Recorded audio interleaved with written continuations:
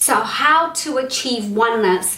John 17:22 and 23. And the glory which thou gavest me, I have given them. We heard this Bible verse before. That they may be one, even as we are one. And that was the powerful prayer that was prayed by Jesus for his disciples.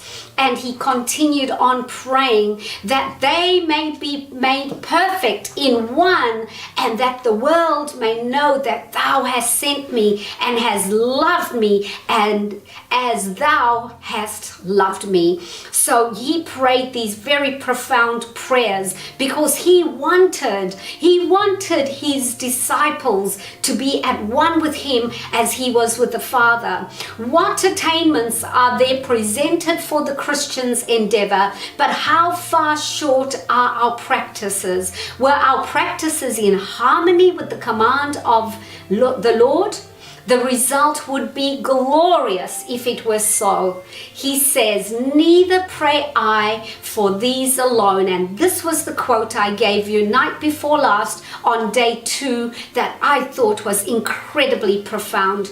Neither pray I for these alone, but for them also which shall believe on me through their word. So Jesus was praying for those that would hear the disciples' messages, that would hear them speaking, teaching, and they would accept. And they too, he prayed for. That is profound. And I always loved when I hear these Bible verses that are so profound. It really warms my heart. He said that they all may be one. Those that will what? That shall believe on me through their word. Whose word? Through the word of the disciples. Amen. And they all may be one, as thou, Father, art in me and I in him.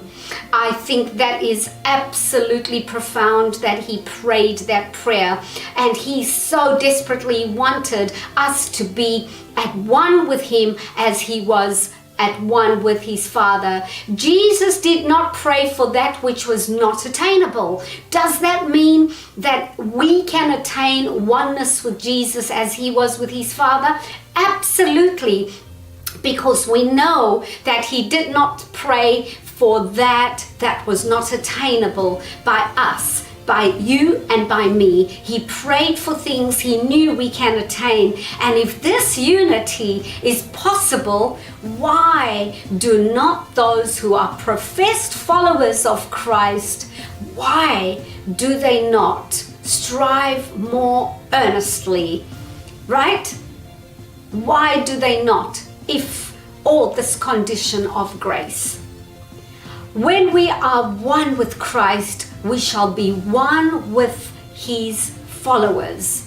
Did you hear that, saints? When we are one with Christ, we shall be one with his followers. So are we seeing that we are one with the followers, or are we seeing we are so far from oneness that we arguing on points of this and on points of that? We disagreeing with this and we disagreeing with that. We splitting on points that are so, things that Sister White said we must never argue about. She said it's best to keep silent because there are things we are never going to understand. And the great want of the soul is Jesus, the hope of glory.